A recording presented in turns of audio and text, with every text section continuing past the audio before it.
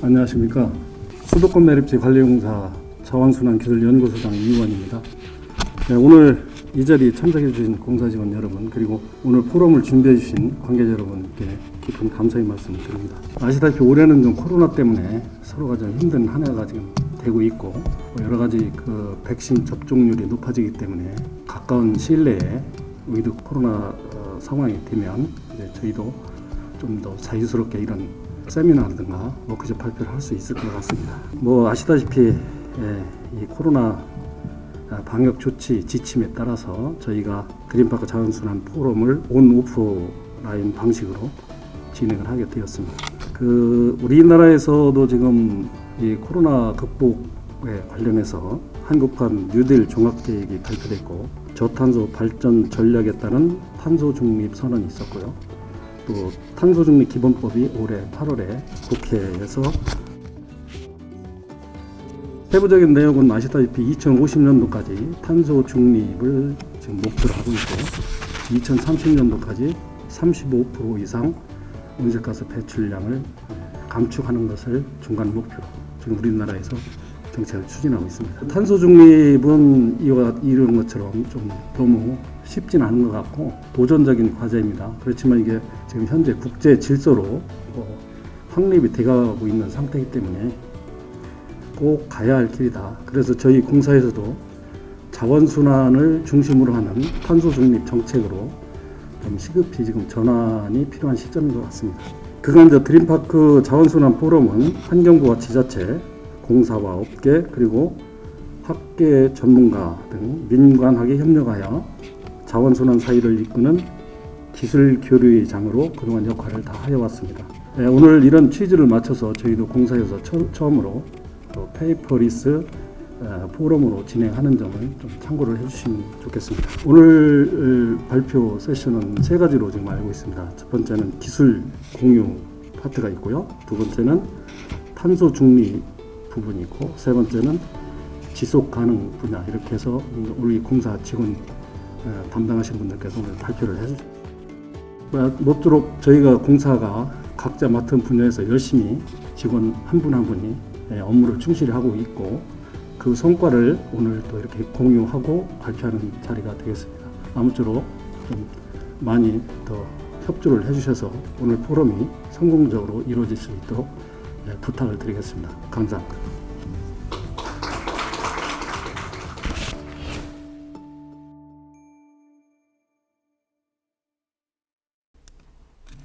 안녕하세요. 자원순환기술 수도권 매립지 관리공사 자원순환기술처 기술지원부 신병화 과장입니다. 폐기물 처리시설 운영기술 대국민 재국민 실험실 기술지원 서비스에 대해서 여러분에게 말씀드리도록 하겠습니다. 먼저 폐기물 처리시설 운영기술의 대국민 서비스 제공에 대해서 말씀드리도록 하겠습니다. 우선 추진 배경은 공사의 폐기물 처리시설 운영관리 노하우를 체계화하여 지자체 등의 기술을 전파하고 표준화된 기술력을 총괄하여서 대국민 서비스를 제공함으로써 관련 분야의 발전을 도모하고자 하기 위함입니다. 추진 내용으로는 수도권 매립지, 매립 자원화, 온실가스 12개 세부 분야별 운영 노하우 기술을 표준화하였습니다. 이를 위해서 운영 기술 표준화 발표를 개최하여 우수 사례를 공유함으로써 기술서의 내실화를 도모하였습니다. 이를 위해 관련 부서 10개 부서의 협업 체계를 구축하고 기술자문위원회를 구성하여서 전문가 자문을 받았습니다. 이로써 폐기물 처리 시설의 최적화된 운영, 유지관리 노하우와 시설 개선 사례, 특허 기술 및 데이터를 제시하였습니다. 먼저 매립지 운영 관리 기술에 대해서 말씀드리도록 하겠습니다. 첫 번째로 폐기물 반입 운영 관리 기술로 폐기물의 반입 절차, 반입 폐기물 검사, 계량 시설 운영, 통합 반입 시스템 및 반입 폐기물 성상이 기술되어 있습니다. 두 번째로 매립지 운영 관리 기술로는 매립지 시설 설치 기준, 현황, 매립 공정, 복도 관리, 우수 배제 및 매립가스 포집 기술이 체계화되어 있습니다. 다음으로 침출수 및 매립가스 관리 기술에 대해서 말씀드리겠습니다. 침출수 처리 시설 운영 관리 기술서에는 시설 설치 기준, 현황, 표준 운영 방법, 악취 방지 시설 및 환원 정화 시설 운영 기술이 기술되어 있습니다. 다음으로 50MW 발전 시설 및 부대 시설 운영 관리 기술서에는 메리가스 발전 시설의 공정, 적정 운영 조건, 유지 관리 방법 및 운영 기술이 작성되어 있습니다. 다음 은폐수 바이오가스화 시설 운영 기술로 시설 설계 기준, 은폐수 특성, 시설 운영 방법, 유지 관리 방법이 기술되어 있습니다. 가연성 폐기물 고용연료 생산시설 운영관리 기술서에는 시설 설계 기준, 운영 방법, 유지 관리 방법 및 시설 개선 사항이 자세하게 기술되어 있습니다. 또한 신규 자원화 시설 설치 기술서에는 시설 설치 시 법적 기준 및 추진 절차가 자세히 기술되어 있습니다. 다음으로 하수슬러지 고용연료 및 복도제 생산시설 운영관리 기술서에는 시설 설계 기준, 운영 기술, 유지 관리 방법 및 시설 설계 개선 사항이 기술되어 있습니다. 다음 중요한 국내 온실가스 배출권 거래제 대응 기술서에는 수도권 매립지의 대응 방법 및 온실가스 감축 방안이 기술되어 있습니다. 매립지 온실가스 배출량 산정 기술서에는 온실가스 배출량 산정 방법, 매립지 표면 발산량 모니터링 방법이 기술되어 있습니다. 또한 매립지 온실가스인 메탄, 이산화탄소의 측정 분석 방법이 기술되어 있습니다. 공사 홈페이지에는 이 12개의 기술서 파일이 업로드되어 있습니다. 게재 위치는 홈페이지 고객 서비스 기술 지원 시설 운영 기술서입니다. 운영 기술서는 운영 기술서 관련돼서 기술 자문을 받아볼 수가 있게 되어서 원하시는 분들은 신청서를 보내주시면 자세한 기술 자문을 받아보실 수 있습니다. 많은 이용을 부탁드리겠습니다. 다음은 실험실에서 중요한 실험실 기술 지원 서비스에 대해서 말씀드리겠습니다. 실험실 분석기관 현황입니다. 실험실은 오염물질 측정기관으로서 침출수 및 방류수 중에서 BOD, COD, SS 등 28종을 분석하고 있습니다. 또한 폐기물 분석 전문 기관으로서 반입되는 사업장 및 협의 폐기물의 지정 폐기물 여부를 분석하고 있습니다. 또한 악취 검사 기관으로서 대기질 및 배출구의 시료의 복합 악취와 지정 악취 물질을 분석하고 있습니다. 실험실에서는 실험실 역량 강화를 위해서 맞춤형 직무 교육을 실시하고 있고 자체 세미나를 실시하고 있으며 수도권 매립지의 시설별 현장 견학을 다니면서 현장에 필요한 분석을 하고 있습니다. 또한 자체 숙련도 시험을 통해서 분석 능력을 자체적으로 점검하고 있습니다. 이 결과로 인해서 미국 환경협회가 주관하는 국제 숙련도 전항목 23개 항목을 매년 만족의 결과를 얻고 있습니다. 이로 인한 추진 성과는 매립지, 침출수 처리장, 자원화 시설 등 공정별 수질 폐기물 악취 시료 분석 결과를 적시에 제공함으로써 친환경적인 수도권 매립지 운영에 지원을 하고 있다고 볼 수 있습니다. 연간 시험 분석을 약 5만 건 결과를 제공하고 있으며 이는 외부 시료를 분석을 의뢰 시 분석 비용을 약 22억 절감하는 효과라고 볼 수 있습니다. 다음은 침출수 조사 계획에 대해서 말씀드리겠습니다. 매립지 종료 후 매립 기간에 따른 침출수 수질을 조사하여서 매립지 안정화 정도를 평가하고 있습니다.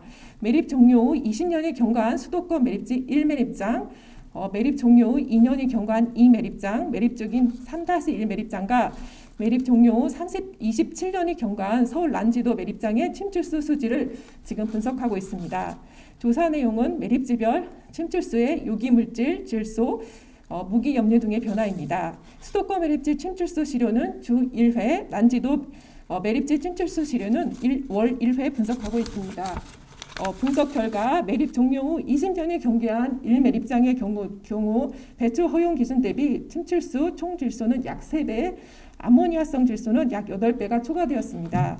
그리고 난지도 매립지에서는 암모니아성 질소 농도가 기준치보다 2.6배 정도 높았습니다. 이로써 20년 이상의 매립지 사후 관리가 필요함을 알 수 있습니다. 다음은 수도권 매립지 메리가스 및 대기질 조사 결과에 대해서 말씀드리겠습니다. 수도권 매립지 메리가스 성분 조사를 통해서 매립 종료 전후의 메리가스 성상 변화를 조사하고 있습니다. 또한 매립지 내부와 수도권 매립지 부지 경계의 대기질 모니터링을 통해서 친환경적인 매립지 및 자원화 시설의 운영을 도모하고 있습니다. 1매립장, 2매립장, 3-2매립장 매립가스 시료에서 메탄, 이산화탄소, 질소, 산소, 황화수소를 측정하고 있습니다. 대기질은 매립장 상부 3개 지점, 침출수 처리장, 자원화 시설 2개 지점, 부지 경계 선 7개 지점에 시료를 채취해서 복합악취와 지정악취 물질 21종을 분석하고 있습니다. 분석 결과로 매립가스 특성에 대해서 말씀드리겠습니다. 1매립장은 2000년 매립 종료 후 20년이 경과했으나 메탄 농도가 43%로 유지되어서 안정화 평가 기준인 메탄 5%에 도달하기 위해서는 상당한 기간이 필요함을 알 수 있습니다. 1매립장은 매립가스 발생 숙성 단계로 질소 농도가 30%까지 높아졌고 메탄과 이산화탄소 농도는 낮아지고 있습니다. 다음은 수도권 매립지 대기질 악취 분석 결과에 대해서 말씀드리겠습니다. 암모니아는 배출 허용 기준과 최소 감지 농도 이하로 측정되었습니다. 황화수소는 매립 중인 3매립장 상부에서는 배출 허용 기준 이하로 측정되었으며 부지 경구에서는 불검출되었습니다. 아세트알데하이드와 트라이메트라민도 수도권 매립지 대기질에서는 불검출되었습니다. 이로써 수도권 매립지로 인한 인근 지역의 악취 영향은 미미한 것을 알 수 있습니다. 이외에 실험실에서는 환경측정 분석사 양성을 위한 실습 교육을 실시하고 있습니다. 환경 분야 시험 검사 기간은 해당 분야별로 환경측정 분석사 1인 이상을 의무 고용하고 있습니다. 공사 실험실의 환경측정 분석사의 전문 인력과 고성능 분석 장비를 활용하여서 실기 시험 대비를 위한 실습 과정을 운영하여 자격증 취득을 지원함으로써 전문 인력을 양성하고 있습니다. 대기 환경측정 분석사 실습으로는 암모니아, 구리, 벤젠 분석 실습을 실시하고 있습니다. 수질 환경측정사 분석 실습으로는 암모니아성 질소, 구리, TC, PC 분석 실습을 실시하고 있습니다. 공사 외부 신청자 6명, 그리고 공사 내부 직원 3명, 공사 현장 실습생 29명을 대상으로 교육을 완료하였습니다. 올해 하반기에도 외부 신청자 6명, 그리고 현장 실습생 5명을 대상으로 교육할 계획입니다. 이상으로 관련돼서 발표를 마치겠습니다. 수도권 매립지 관리공사 은폐수 시설의 서덕만 주임이라고 합니다. 오늘 발표 주제는 수도권 광역 은폐수 바이오가스화 시설 운영 현황 및 기술 소개입니다. 목차는 시설 개요, 시설 운영 현황, 운영 성과 순으로 발표하도록 하겠습니다. 바이오가스화 시설의 시설 개요입니다. 바이오가스 시설은 은폐수 해양 배출 금지에 따라 육상 처리 대책 마련을 위해 추진되었습니다. 생산된 바이오가스의 신재생 에너지 활용으로 자원순환 사회 기반 구축 및 국가 폐기물 정책에 기여하는 것이 목적이었습니다. 우리 시설은 하루에 500톤의 은폐수를 처리하는 시설입니다. 처리 방식은 현기성 소화 방식입니다. 약 3년의 공사 기간을 거쳐 준공되었고 15년부터 우리 공사가 직영 운영하고 있습니다. 우리 시설의 기대 효과로는 수도권 지역에 발생되는 은폐수의 안정적 처리 기반 확보하고 생산된 바이오가스 에너지화를 통한 신재생 에너지 보급 및 경제적 부가가치를 창출하는 것입니다. 우리 시설은 연간 약 40억의 LNG 연료 대체 효과가 있습니다. 바이오가스화 시설은 크게 5가지 설비로 구분되어 있습니다. 전체 흐름을 간략히 설명하겠습니다. 은폐수가 반입이 되고 드럼 스크린을 통해 전처리가 됩니다. 전처리가 된 은폐수는 현기성 소화 설비를 통해 유기물이 분해되고 바이오가스가 발생하게 됩니다. 이 바이오가스는 전처리 설비를 통해 생물 탈환기와 제습기, 건식 탈환을 통해 전처리가 되고 슬러지 2단계 시설과 이제 RTO, 보일러로 이용이 됩니다. 그리고 현기성 소화된 은폐수는 호기성 반응조로 가서 질소 처리되고 최종 탈수되어 매립이 됩니다. 탈수기를 거친 소화액은 침투수 처리장으로 이송되어 최종 처리되게 됩니다. 각 시설에서 포집된 악취는 고농도, 저농도 악취 제거 설비를 통해 제거됩니다. 각 설비에 대한 상세한 설명을 드리겠습니다. 반입 저장 및 전처리 설비입니다. 최초 은폐수가 반입되어 드럼 스크린을 통해 8mm 이상의 조대 협잡물을 제거합니다. 이 반입장에는 악취 누출 방지를 위해 4중 악취 방지 시설이 설치되어 있습니다. 현기성 소화 설비는 중온 이상 소화 방식으로 외부 변화 대응에 용이하게 되어 있습니다. 그리고 안정화 조를 갖추고 있어서 충분한 처리 체류 시간을 확보하고 있습니다. 네, 우리 시설의 핵심인 메탄 발효조는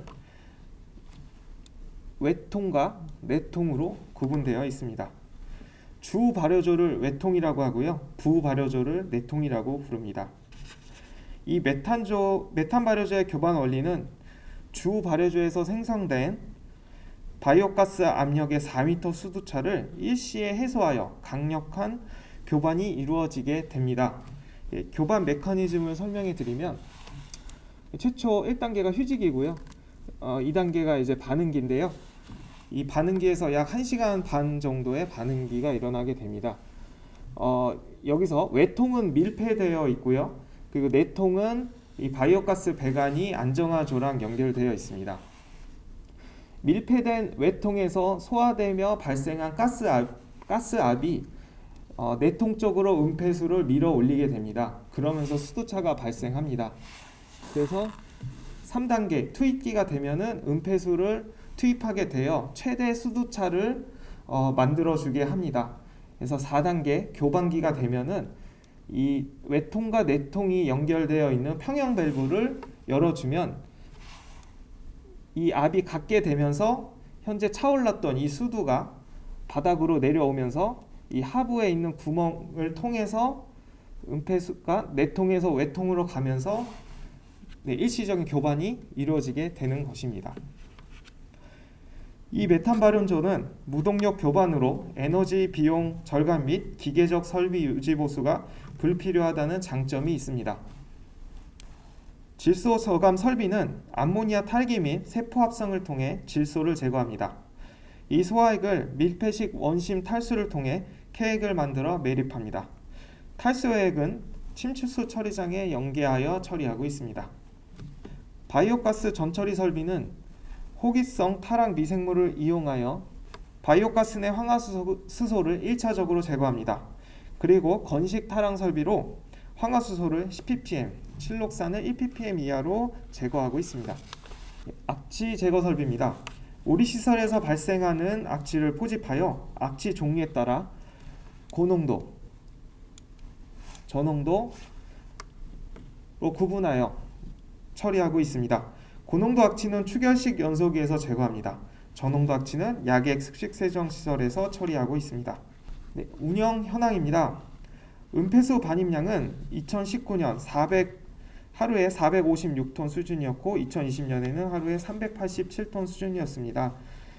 네, 감소 이유로는 코로나19 발생과 가정집의 음식물 폐기물 감량기 보급 확대로 추측하고 있습니다. 은폐수 반입 성상입니다. 2020년 평균값으로 pH 3.7, TS 7.9%, VS 6.8%, COD는 15만 mg/L, BOD는 6만 6천 mg/L고 TN은 2200ppm 수준이었습니다.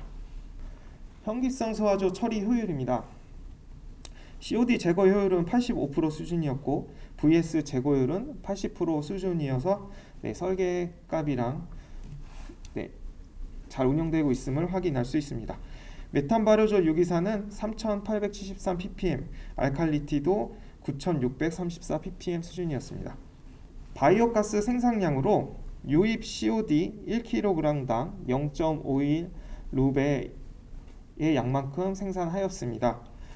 VS 제거당 1kg의 VS 제거당 1.42의 루베의 바이오가스를 생산하여서 설계 기준 이상의 바이오가스를 생산함을 볼 수 있습니다. 발생 악취 관리입니다. 추결식 연소기와 약액 습식 세정기를 통해 약 복합 악취 164배 수준으로 관리하고 있어서 법적 기준이 300배 이하를 만족하였습니다. 바이오가스는 앞에서 말했던 설비들을 통해 황화수소를 전처리하고 슬러지 건조연료, 소화조 가음보일러, 악취 제거용 연료로 활용하고 있습니다. 우리 시설에서 발생하는 바이오가스 중 약 98%를 자체 활용하고 있습니다. 마지막으로 운영 성과입니다. 우리 시설은 투입 에너지 대비 약 5.6배에서 7.2배 효율적 운영을 하고 있습니다.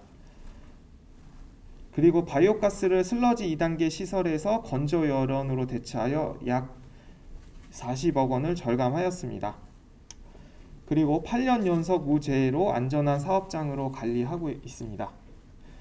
그리고 환경부 주간 실태평가 3년 연속 최우수 시설로 선정된 바 있습니다. 그리고 또한 상기표와 같이 지속적인 설비 개선을 통해 직무 발명에도 힘쓰고 있습니다. 네, 이상 발표를 마치겠습니다.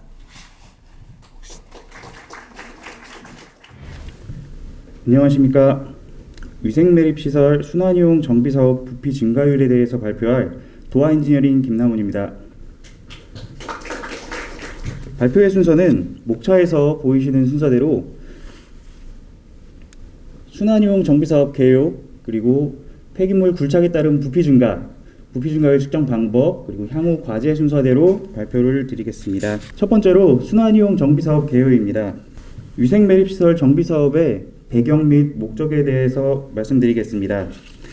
위생매립시설의 순환이용 정비사업의 배경 및 목적은 매립시설은 아시는 대로 지형과 지지를 고려하여 원지반을 굴착하거나 매립두구를 쌓아서 공간을 확보하고 그 내부에 폐기물이 안정화될 때까지 외부와 차단하는 시설로 폐기물의 매립 진행에 따라 매립시설의 사용 종료 시점이 도래하게 됩니다. 그리고 매립시설이 매립된 폐기물의 분해에 따라 온실가스가 발생하게 됩니다.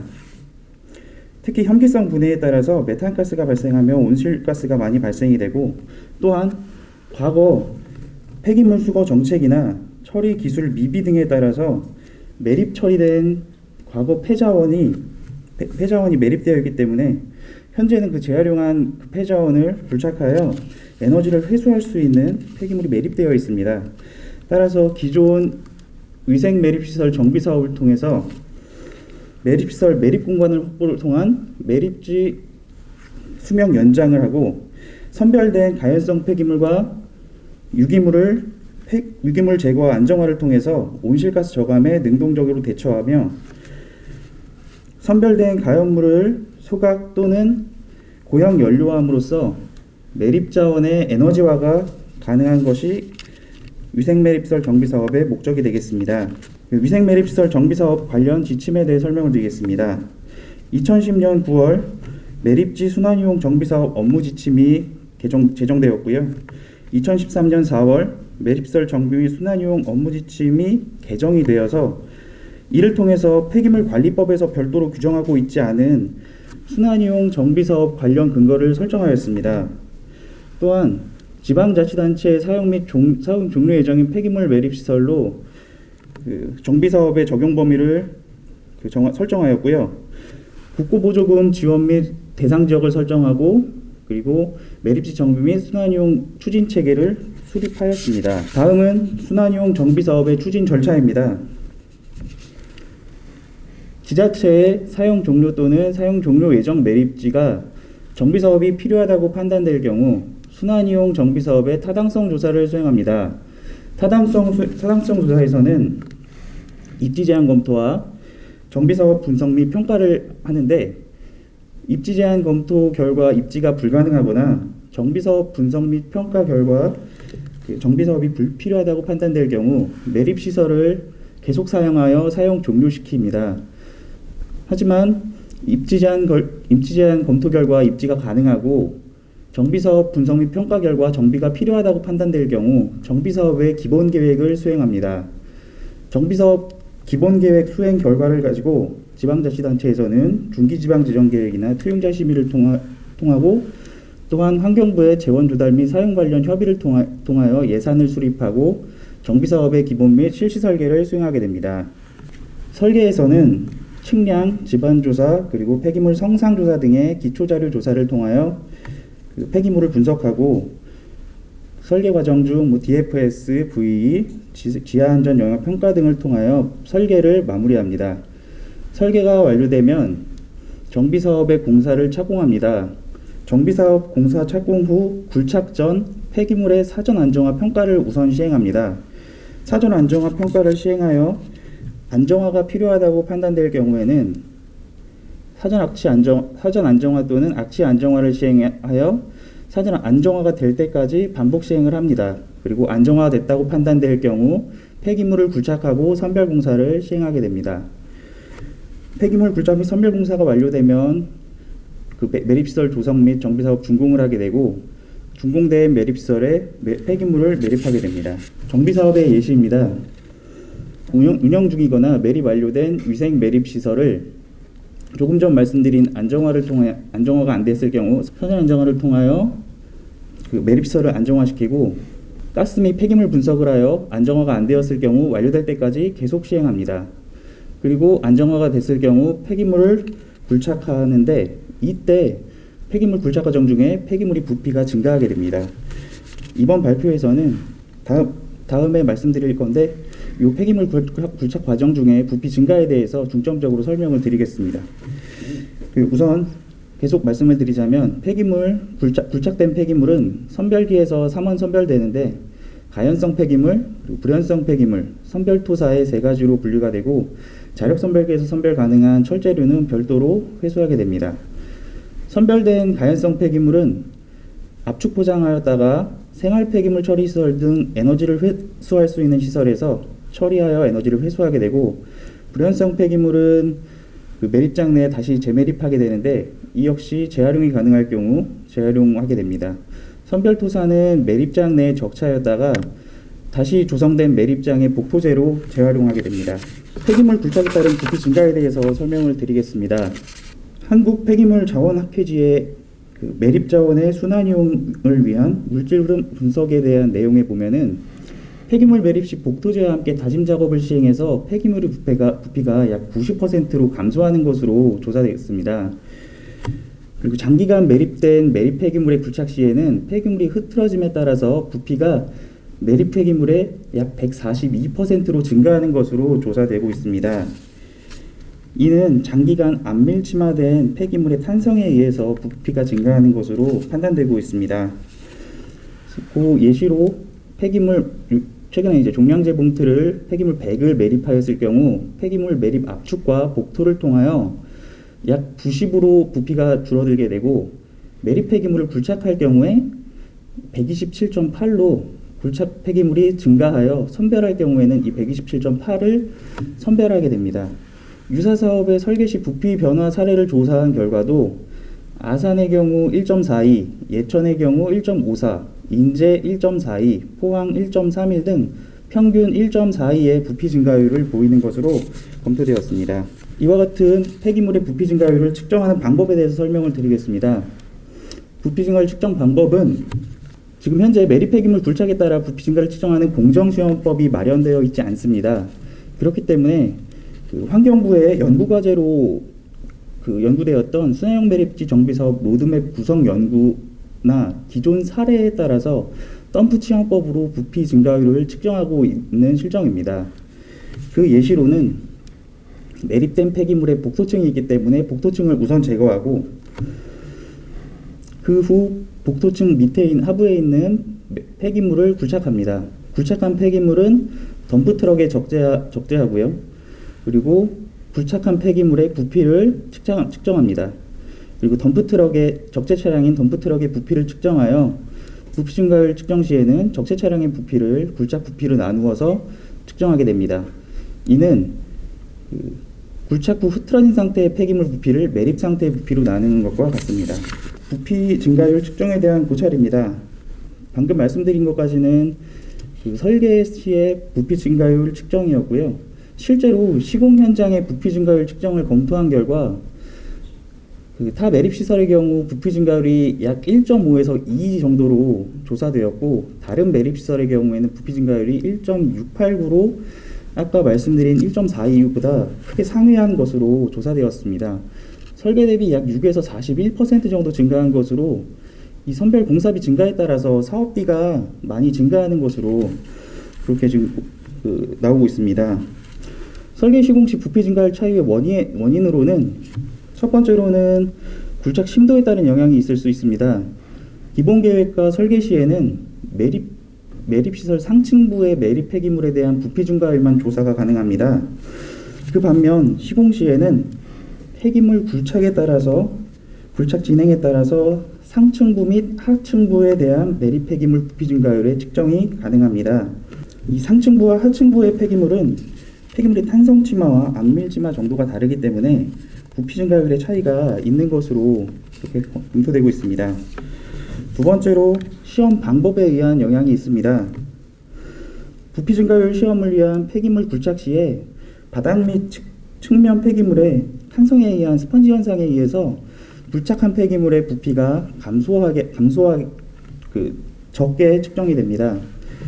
또한 폐기물의 낮은 물성치, 점성 및 내부 마찰각 등에 의해서 굴착 사면이 붕괴되고 탈락하는 것으로 인하여 정확한 부피의 측정이 어려워서 이 또한 굴착 부피가 감소하게 측정이 되는 경우가 있습니다.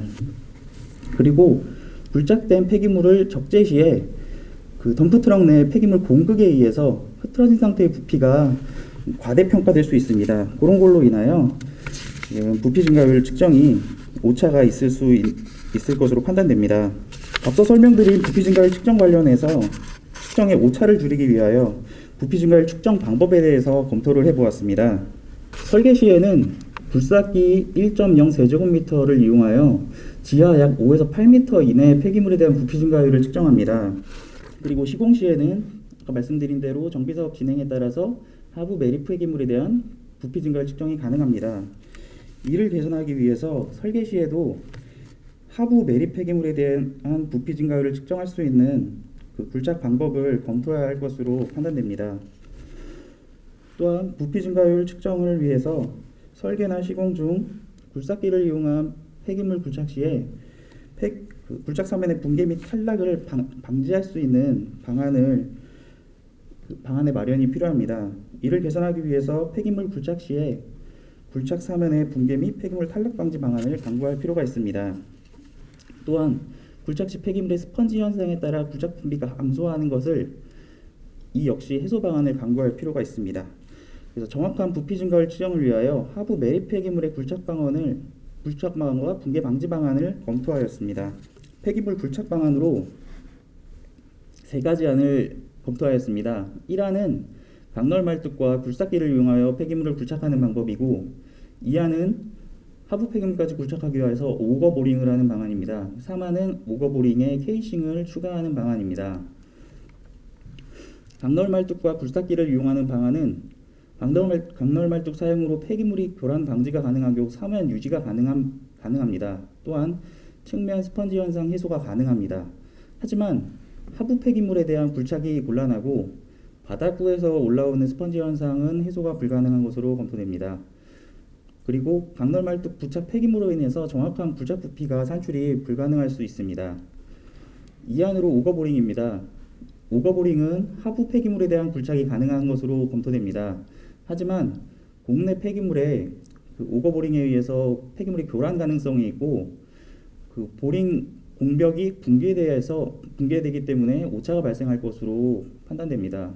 또한 측면 스펀지 현상은 이것도 막을 수 없을 것으로 판단됩니다. 세 번째로 오거보링과 케이싱을 함께 사용할 경우입니다. 케이싱을 사용함으로써 폐기물의 교란 방지하고 그리고 공벽의 유지가 가능한 것으로 검토됩니다. 또한 오거보링으로 인해서 하부 폐기물에 대한 굴착이 가능하고 정확한 굴착 부피 산출이 가능합니다. 케이싱을 사용함으로써 스펀지 현상 또한 해소가 가능할 것으로 판단됩니다. 따라서 오거보링과 케이싱을 사용해서 폐기물을 굴착하는 방법이 가장 옳을 것으로 판단됩니다. 굴착 방법 이외에 부피를 측정하는 방법에 대해서도 검토를 해보았습니다. 굴착 폐기물을 덤프트럭과 압롤박스에 직상차 시에는 적재함 내부에 공극이 발생할 수 있습니다. 이 내부에 발생하는 공극을 방지할 수 있는 방안이 필요합니다. 그래서 그 방안으로 겉보기 밀도 측정 시에 부피 측정 방법을 검토해 보았습니다. 겉보기 밀도 측정 시에 부피를 측정할 때에는 일정 부피의 용기에 폐기물을 적재하고 30cm 높이에서 3회 자유 낙하한 후에 감소한 부피만큼 폐기물을 추가 적재합니다. 이것은 이제 공극이 생긴 것을 공극을 막고 거기에 이제 추가로 폐기물을 다시 이제 집어넣는 그런 방안입니다. 그래서 그 후 무게를 측정하여 겉보기 밀도를 산출하게 됩니다. 이와 같은 방법으로 폐기물을 부피를 측정할 경우 보다 정확한 부피 측정이 가능할 것으로 판단됩니다. 마지막으로 향후 과제입니다. 앞서 설명드린 폐기물 굴착 방법과 굴착 폐기물 부피 측정 방법을 통하여 보다 정확한 폐기물의 부피 증가율을 측정할 수 있을 것으로 판단되며 향후 과제로는 부피 증가율 산정 관련 연구 과제의 수행과 표준화가 필요할 것으로 판단됩니다. 그 후 연구 과제 수행 결과에 따른 표준화 시험 방법을 검증하는 방안을 해야 되고요. 그 후 유사 사업 수행 시에 표준화 시험 방법을 적용하여 시험 결과 누적 및 평가를 통하여 계속 시행하는 방법으로 부피 증가율 측정을 할 필요가 있다고 판단됩니다. 이상으로 위생매립시설 순환이용 정비사업의 부피 증가율 측정에 대한 발표를 마치겠습니다. 감사합니다. 네, 안녕하십니까. 금일 수도권 매립지 침출수 및 은폐수 적정 처리 기술에 대해서 말씀드릴 수도권 매립지 관리공사 물안경처 김민혁입니다. 네, 금일 발표 순서는 크게 3개로 구성되어 있고요. 침출수 처리장의 과거, 현재, 그리고 미래로 구성해 보았습니다. 그래서 가장 먼저 과거에서는 저희가 현재는 제2매립장 침출수 처리장을 운영하고 있는데요. 저희가 구처리장이라고 부르는 제1매립장 침출수 처리장의 운영 및 한계에 대해서 간략하게 설명드리고, 그 다음 파트에서는 저희가 현재 운영하고 있는 침출수 처리장, 제2매립장 침출수 처리장에 대해서 설명드리려고 합니다. 그리고 마지막으로는 저희가 향후 나아가야 될 방향이라고 생각하는 침출수 무방류 사업에 대해서 설명드리겠습니다. 가장 먼저 침출수 처리장의 과거입니다. 그래서 말씀드렸다시피 저희가 현재는 운영하고 있지 않은 제1매립장 침출수 처리장이고요. 이 조성 시기는 수도권 매립지 제1매립장과 함께 조성되었습니다.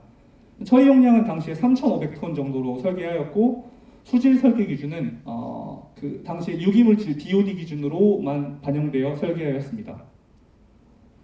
그 당시 구처리장의 처리 개통부인데요. 크게 세 번으로 나누어서 처리 및 보완 공사를 진행하였고, 이거는 구처리장이다 보니까 간략하게만 보여드리고 넘어가도록 하겠습니다. 화면에 보시는 것 중에 왼쪽에 있는 사진이 저희 구처리장의 전경입니다. 그래서 이때 당시에는 이제 물처리를 저런 식으로 했었었고요. 오른쪽에 보시는 사진은 현재 전경입니다. 그래서 현재는 대부분의 설비를 철거하고 빗물 저류주로 활용하고 있습니다. 다음으로 구처리장의 한계입니다. 이제 저희 표를 보시면 저희가 당시에 설계 용량은 3,500톤, 일일 발생량 3,500톤 정도로 설계를 했었는데, 제1매립장 매립 시작 5년 경과 후에는 4,500톤, 그리고 최대로 발생하였던 1998년도에는 6,200톤 가량 발생해서 저희 설계 용량을 한참 초과하는 침출수가 발생하였습니다. 그래서 제2매립장 저희가 현재 운영하고 있는 침출수 처리장이 준공되기 전에는 한 240만 톤 정도를 4개의 하수 처리장으로 이송하여 처리한 이력이 있습니다. 다음으로 이제 침출수 처리장의 현재입니다. 저희가 현재 운영하고 있는 침출수 처리장의 개요이고요. 제2매립장 침출수 처리장이고 수도권 매립지 제2매립장과 함께 조성되었습니다. 그래서 처리 용량은 1일 6,700톤, 그리고 수질 설계 기준으로는 기존에는 유기물질 BOD만 반영되었었는데 COD 망간도 추가되고, 그리고 질소 기준 SS 부유물질도 함께 고려되었습니다. 화면에 보시는 게 저희가 지금 침출수 처리장의 전체 공정을 포함하고 있는 그림입니다. 근데 이제 복잡하니까 제가 위에 부분만 설명드리고 넘어가려고 하는데요. 생물학적으로 혐기성 소화, 탈질질산화 이렇게 2번 처리하고요. 화학적으로 화학응집, 산화응집 2번 처리해서 총 4번의 처리 단계를 거쳐서 침출수를 처리하고 있습니다. 저희가 침출수 처리장 운영하면서 여러 개선 사업을 진행하였습니다. 그래서 가장 먼저 말씀드리고 싶은 건 음식물 폐수와 침출수의 병합 처리입니다. 그래서 저희는 음식물 폐수랑 침출수를 병합 처리하기 위해서 혐기성 소화조를 이용하고 있는데요. 먼저 음식물 폐수에 대해서 간략하게 설명드리겠습니다.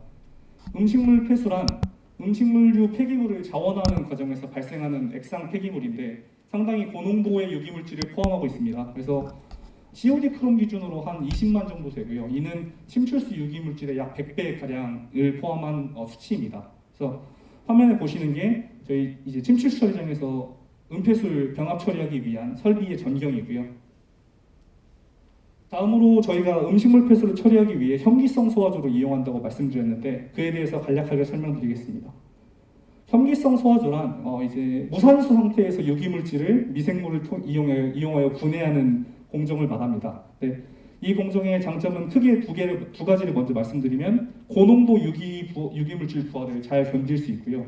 두 번째로는 무산소 상태에서 유기물질이 분해되면 유기물질이 메탄가스로 분해되게 됩니다. 그러면 발생한 메탄가스를 자원화해 다시 이용할 수 있기 때문에 그런 장점들이 있습니다. 이 현기성 소화조는 처음에는 이 침출수 안에 있는 유기물질을 분해하기 위해서 설계하였는데 현재는 음식물 폐수를 처리하기 위한 용도로 활용하고 있습니다. 그래서 이에 대한 배경은 다음과 같습니다. 2000년대 초반에 기존에는 음식물 폐수를 해양 배출을 했었습니다. 근데 이게 환경이 안 좋다 보니까 이제 그걸 금지하는 정책을 시행하게 되었고, 그에 따라서 환경부에서 공사에 음식물 폐수에 대한 육상 처리에 대한 계획을 요청하게 됩니다. 그래서 저희가 2005년부터 7년도까지 두 번의 실험을 거쳐서 병합 처리에 대한 가능성을 조사하였고, 가능하다고 판단해서 2006년도부터 7년까지 현기성 소화조의 보완 공사를 진행합니다. 그래서 음식물 폐수의 반입은 2007년도부터 본격적으로 반입하기 시작하였습니다. 저희가 처음으로 음식물 폐수로 육상 처리를 진행하면서 여러 문제가 있었습니다. 근데 큰 문제점만 일단 꼽아봤는데요. 그게 음식물 폐기물을 자원하는 과정이다 보니까 고형물 같은 게 많이 딸려오게 됩니다. 그래서 고형물의 반입, 이로 인한 배관 폐색, 퇴적 등의 문제도 있을 거고요. 그다음에 처리 과정에서의 스케일 형성도 되게 많은 편입니다. 음식물 폐수는. 그리고 그 음식물이다 보니까 기름기를 포함하고 있는데 따라서 그로 인해서 거품이 많이 발생하거든요. 그래서 이렇게 거품이 발생하는 그런 유분성 스컴이라고 부르고 있는데 그런 문제들도 있었습니다. 그래서 저희는 이제 지자체와의 협약 개정, 그리고 다양한 랩 테스트, 현장 실험 등을 통해서 현재는 침출수와 병합 처리를 문제없이 진행하고 있습니다. 음식물 폐수의 병합 처리의 성과는 아래와 다음과 같습니다. 먼저 음식물 폐수 육상 처리에서 공사가 선도적인 역할을 했다고 말씀드릴 수 있을 것 같고요.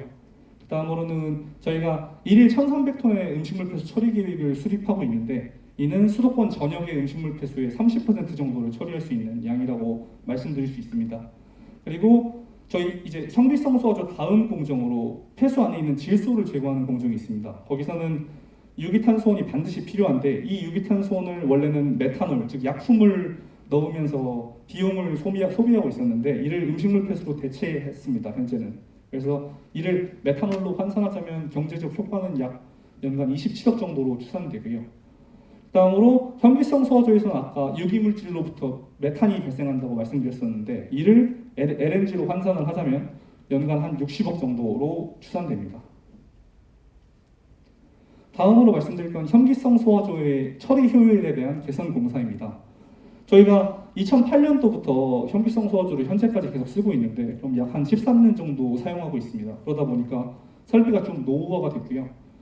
그리고 소화조 안에 이제 퇴적물이 많이 쌓이다 보니까 그 유효 용량이 감소합니다. 유효 용량이라 조 안에 퇴적물질이 쌓이면 폐수가 조 안에 머무를 수 있는 시간이 짧아지다 보니까 그러면 처리 효율이 감소합니다. 따라서 저희는 교반 방식을 기존에는 가스 교반을 이용했었는데 이를 기계식 교반으로 변경하려고 했고 또 하나는 그 공사와 더불어서 소화조 내부의 준설 및 스케일 제거를 통해서 열 효율 및 유체의 흐름 유동을 좀 더 좋게 하기 위해서 이런 공사를 진행했습니다. 그래서 공사 사진입니다. 먼저 보시면은 왼쪽에 있는 게 공사 저희가 개선하기 전 사진이에요. 이게 바닥인데 바닥에 뻘 같은 그 퇴적물들이 굉장히 많이 쌓여 있었습니다. 이를 이제 오른쪽과 같이 깨끗하게 청소하였고 아래에서 보시는 사진은 열교환기 배관 사진인데 열교환기 배관은 이렇게 스케일이 막고 있었습니다. 이로 인해서 열 교환 효율이 떨어졌었는데 이를 제거해서 처리 효율을 높이기 위한 공사를 진행했습니다.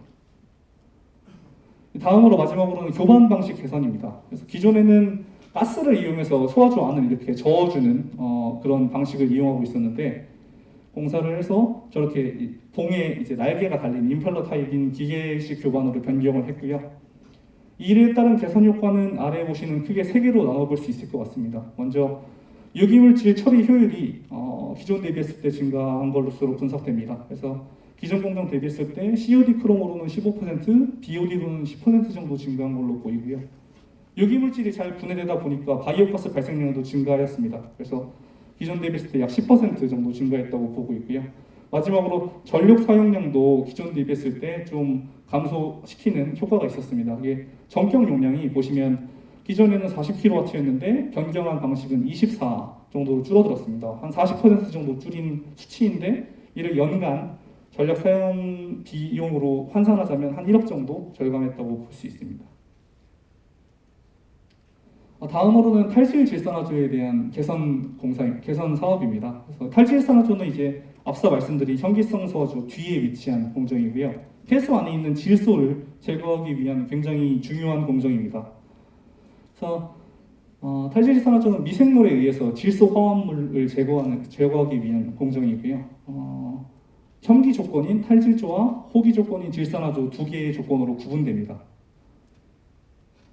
탈질질산화조에서 수온은 엄청 중요한 역할을 합니다. 저희는 적정 온도를 한 35도 정도로 보고 있는데 이게 탈질질산화조에서 악취 방지를 위해서 콘크리트로 반응기를 이렇게 쌓아놓은 복개 구조를 채택하였습니다. 그래서 동절기에는 수온이 적정하게 유지되는데 하절기에는 이게 열기가 있다 보니까 수온이 45도까지 상승하는 그런 문제점이 있었습니다. 그래서 수온이 상승하면 저희가 기체의 용해도가 줄어들기 때문에 물 안에 녹아있는 산소가 낮아지게 됩니다. 그래서 저희가 필요한 만큼의 용존 산소를 확보하지 못하니까 공기를 더 넣어줘야 되는데 공기를 너무 많이 넣다 보니까 이제 미생물들이 응집하고 있는 이제 플록을 해체시키는 그런 문제점이 추가로 발생합니다. 또 하나는 질산화 반응 자체로 이제 수온에 영향을 받는데 적정 수온 대비했을 때 약 효율은 15% 정도 감소하는 문제점이 있었습니다.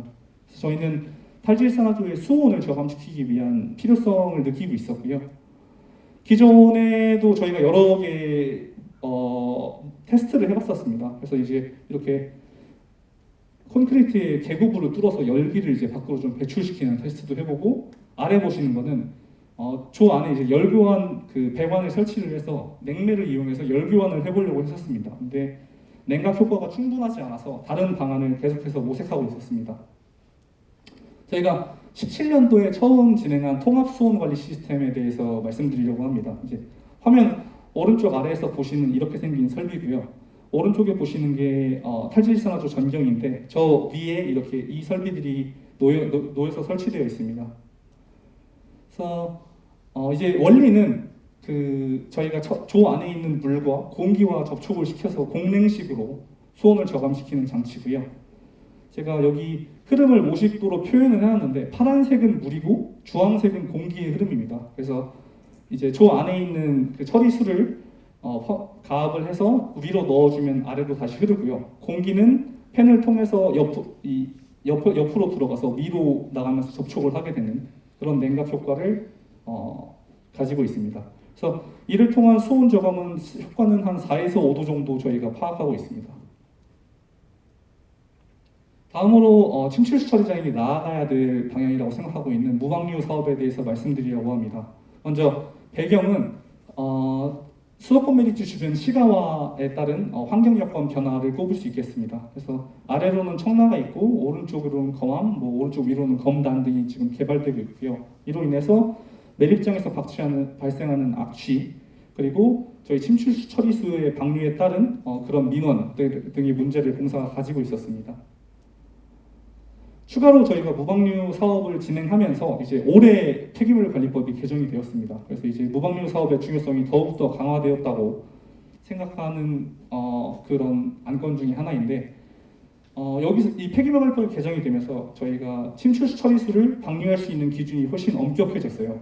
그래서 보시면 중간 부분의 표를 보시면 유기물질 방류 기준, 총 질소 방류 기준이 기존 대비했을 때 훨씬 엄격해졌습니다. 그래서 저희가 이제 무방류 침출수 처리수를 방류하지 않으려는 무방류 사업의 중요성이 더욱더 강화되었다라고 말씀드릴 수 있을 것 같습니다. 무방류 사업은 1단계와 2단계로 구분되는데 먼저 1단계에 대해서 설명드리겠습니다. 1단계는 저염도 폐수에 대한 재이용 사업입니다. 이제 오른쪽 아래를 보시면 왼쪽 아래를 보시면 공사에서 발생하는 폐수 종류가 굉장히 많습니다. 근데 상대적으로 오염물질 부하가 적은 폐수들이 있어요. 그래서 저희는 그걸 저염도 폐수라고 부르고 있는데 이 폐수들을 별도로 집수를 해서 일단 폐수 안에 있는 질소 처리를 먼저 한번 해줍니다. 그리고 일반 다른 고농도 침출수 같은 경우에는 화학적 처리를 2번을 거쳐요. 근데 저희는 가압부상조라는 설치를 해서 약품 사용량을 줄이고 그리고 화학적 처리 용량도 증대시키는 효과를 보려고 했습니다. 그래서 저렇게 처리한 물을 그 처리장 안에 있는 여러 용수로 사용함으로써 한 1년에 15만 톤 정도를 재이용하고 있습니다. 다음으로 무방류 사업 2단계입니다. 무방류 사업 2단계는 고염도 침출수에 대한 처리 및 무방류 계획입니다. 그래서 화면에 보시는 게 저희 무방류 사업에 대한 개요인데 무방류 사업 2단계에는 환원 정화 설비와 이 염류 제거 시설, 재이용 설비 2개의 설비가 필요합니다. 먼저 저는 환원 정화 설비에 대해서 설명드리고 넘어가려고 합니다. 자, 침출수 매립 시설 환원 정화 설비가 무엇이냐에 대해서 설명드리면 침출수랑 생물학적 처리를 거친 처리수를 제2매립장의 상부에 주입해서 매립장을 조기 안정화시키고 폐기물 분해를 촉진시키기 위한 사업입니다. 이에 대한 배경에 대해서 말씀드리면 폐기물의 분해에 영향을 끼치는 인자는 여러 개가 있어요. 근데 저희는 수분, 즉 함수율에 좀 초점을 맞췄고요. 제2매립장 같은 경우에는 우수가 매립장 안으로 들어가면 침출수가 되기 때문에 우수를 배제하기 위한 설계가 좀 반영되었습니다. 그리고 악취 및 우수 배제를 위한 복토가 여러 차례 진행되다 보니까 우수 침투량이 감소하였습니다. 그래서 매립장 내부는 평균 함수율이 한 28% 정도로 건조화되었다고 저희 분석 결과 판단하였습니다. 그래서 내부가 건조화되다 보니까 폐기물 분해 속도가 감소하고 그에 따라서 관리 연한 및 비용이 증가하는 그런 문제점이 있었습니다. 그래서 저희는 제2매립장의 실증 연구를 진행하였고요. 내부 함수율을 올려주면 메탄가스 포집량이 증가하더라라는 결론을 얻었습니다. 그래서 이 매립장이 부지가 넓다 보니까 저희가 공사를 2차례 나눠서 진행하려고 합니다. 그래서 먼저 2020년도에 준공한 1단계 환원정화 설비 1단계 공사는 가운데 부분을 먼저 진행을 했어요.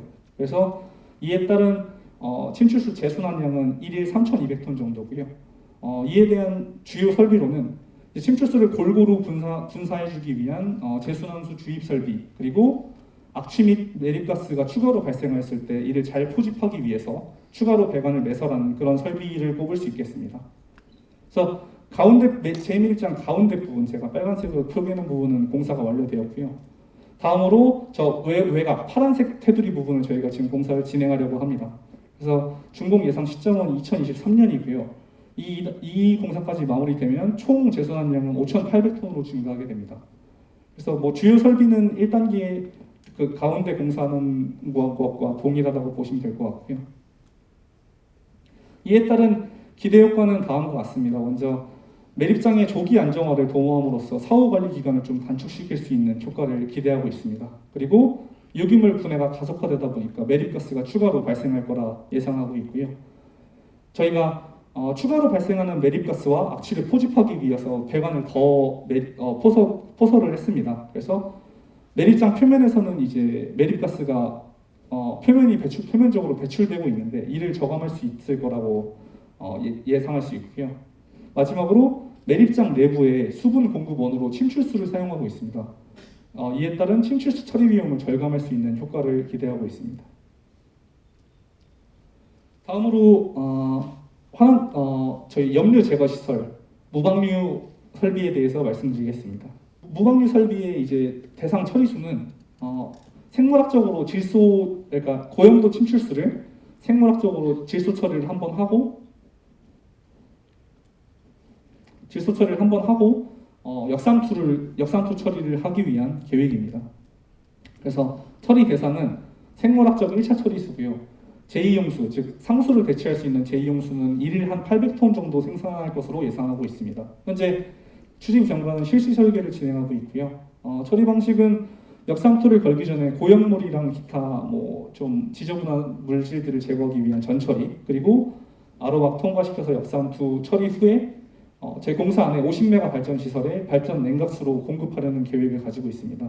이에 따른 기대 효과로는 먼저 침출수소 기술을 근원적으로 방류하지 않기 위한 설비이기 때문에 방류수계의 오염을 근원적으로 차단할 수 있고요.